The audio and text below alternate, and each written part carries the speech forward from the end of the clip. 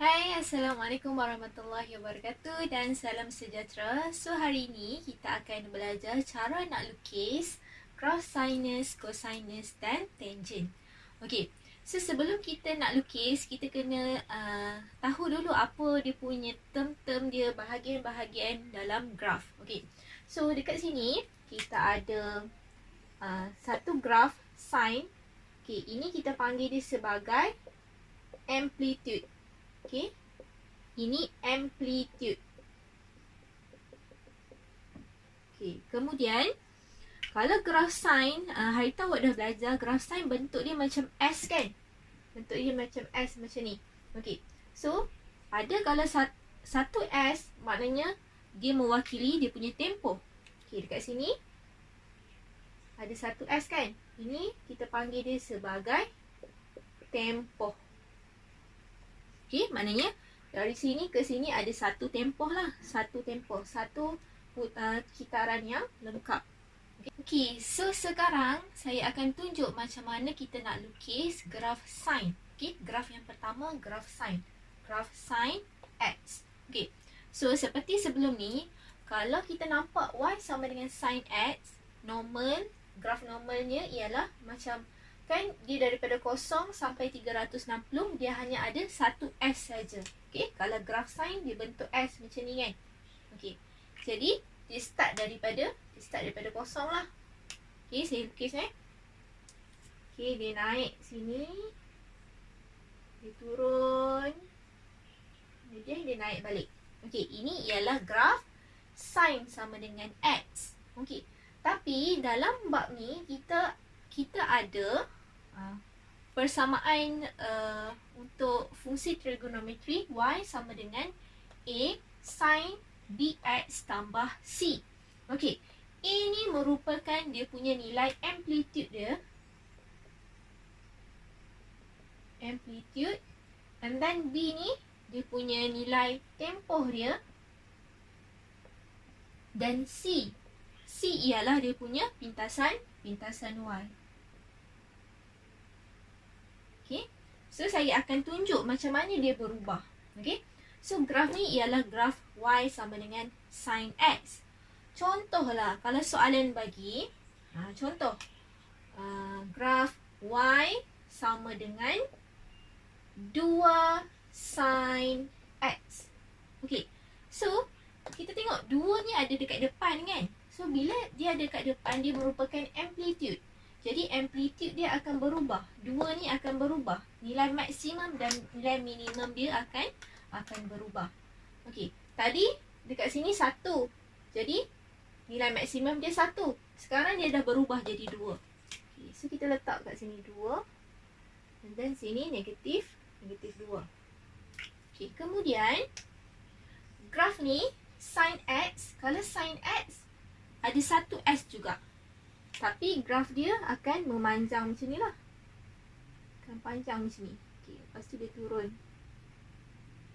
Dia turun ke bawah. And then dia turun ke negatif 2. And then dia naik balik.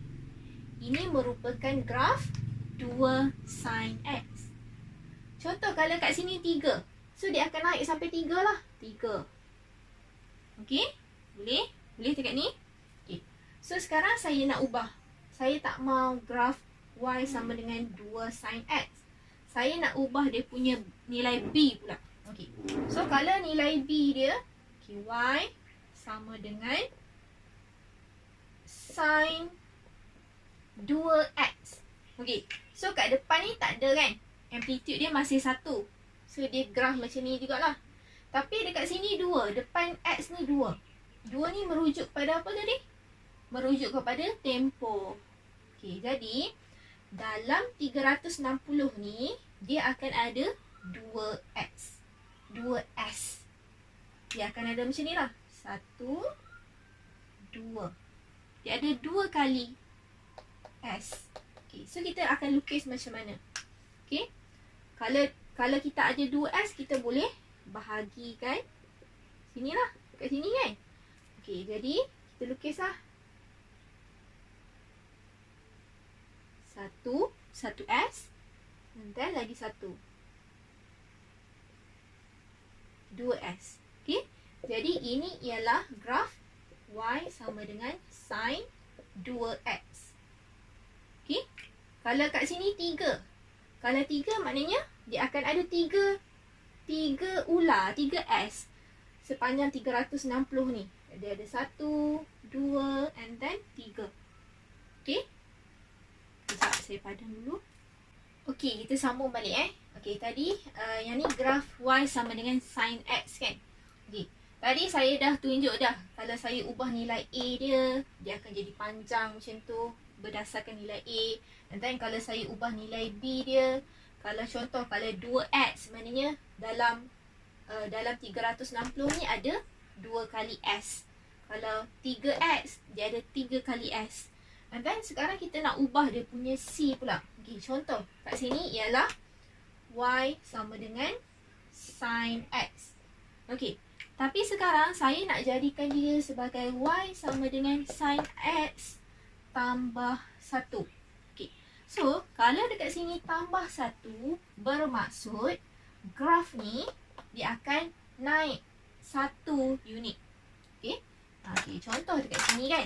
Okay, dekat sini 1 kan. So dia akan naik lagi 1. Maknanya kat 2 lah. Okay.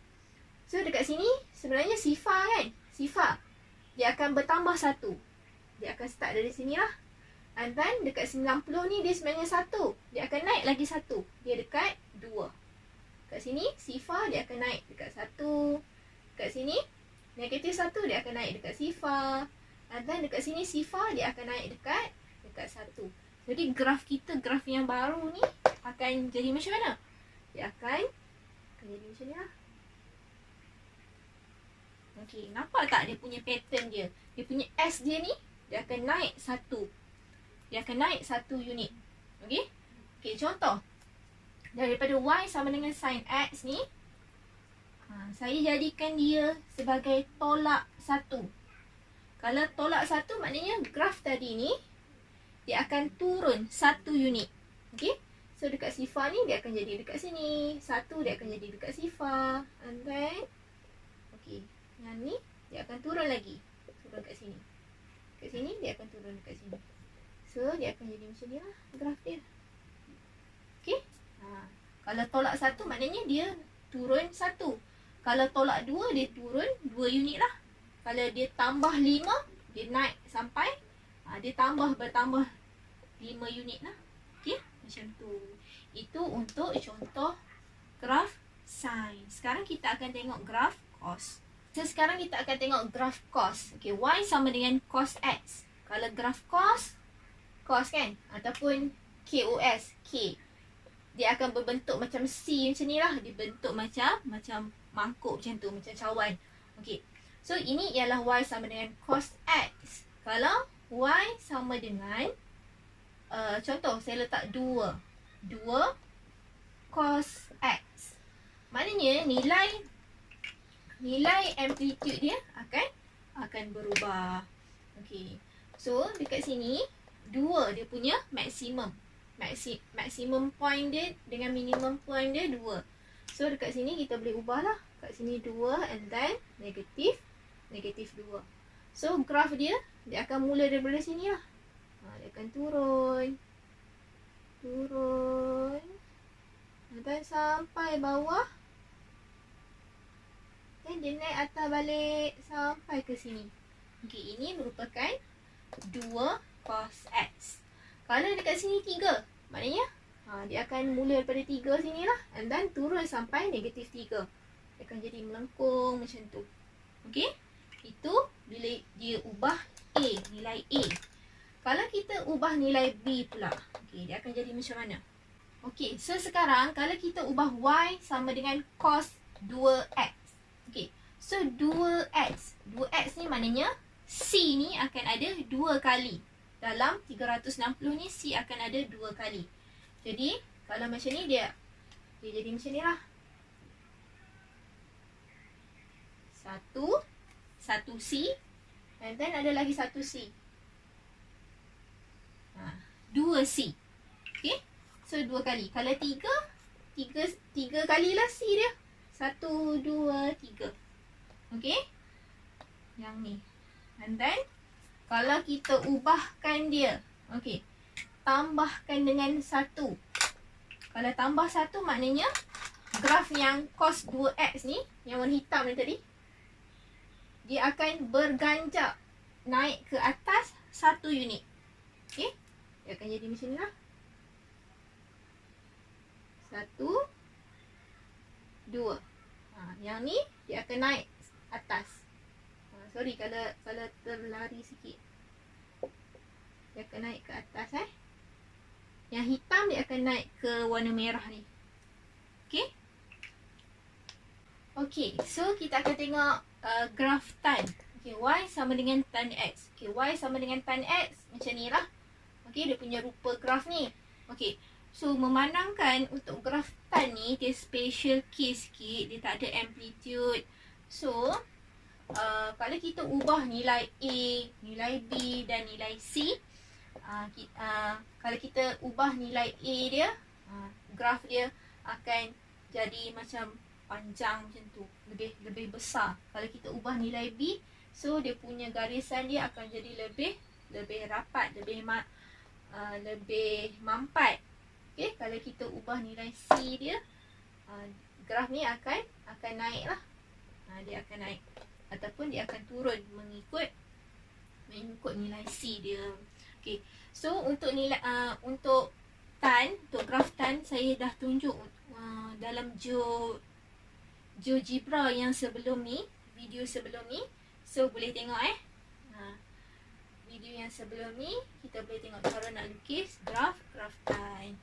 Okey, so sekarang saya nak tunjuk macam mana kita nak tentukan nilai amplitude dan tempoh dia. Okey, jadi kalau awak ada buku teks, awak boleh buka muka surat 190. Kita akan buat latihkan diri 6.2b. Okey, so untuk soalan yang pertama, dia suruh nyatakan nilai amplitude dan nilai tempoh dia. Okey, so untuk yang ni, amplitude tadi apa? Nilai A kan? Okey, contoh tadi y sama dengan A sin bx tambah c. A ni ialah amplitude. So, cuba tengok dekat sini. Okey, nilai amplitude dia, nilai A dia berapa? A dia dekat depan sini kan? Maknanya A dia nilai dia 1 kan? A sama dengan 1. Dia punya amplitude dia sama dengan 1. Okey. A dia 1. And then dia punya tempoh. Okey, tempoh dia macam mana? Okey, untuk graf sains, dia punya tempoh dia 360 bahagikan dengan nilai B. Okey, jadi cuba tengok dekat sini. Nilai B dia berapa? Depan X ni berapa? 1 kan? So, 360 bahagi 1 lah. Kita akan dapat 360. So, tempoh dia ialah 360 darjah. Okey, tempoh ni maksudnya dalam 360 darjah ni dia ada yang ni lah. Ada satu graf je. Ada satu sign je.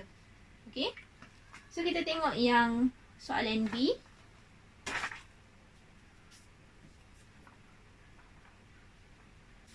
Okey. So untuk soalan B dia punya nilai amplitude dia ialah 3 kan?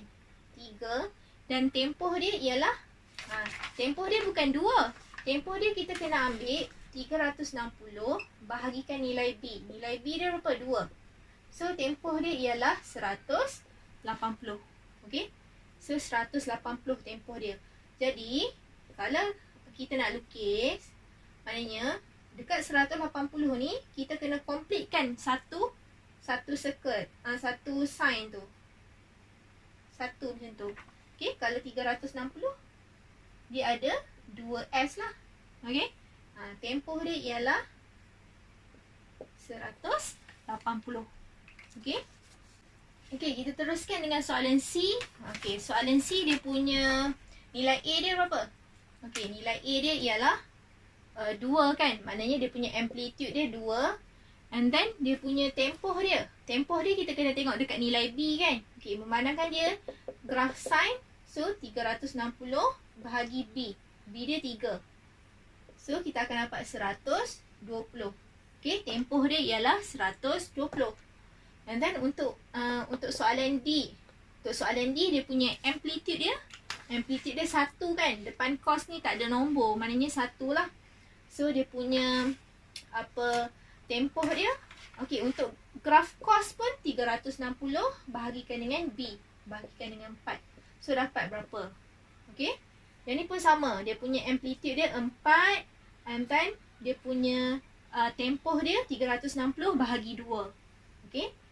So yang ni dia punya amplitude dia 3 and then dia punya tempoh dia 360 bahagi 3. Kita akan dapatlah jawapan dia. Okey. So, kalau awak tengok soalan untuk graf tan, okey, tan tu kan dia suruh nyatakan amplitude dan dia punya tempoh kan. Untuk graf tan tak ada amplitude. Okey. So, awak just tulis tiada. Okey, tiada amplitude. Tetapi untuk tempoh, untuk graf tan bukan 360. Dia 180 bahagikan dengan B. Okey. Untuk tan sahaja. Untuk graf tan 180 bahagi B. Kalau untuk graf sin dan graf cos 360 bahagikan dengan B. Okey.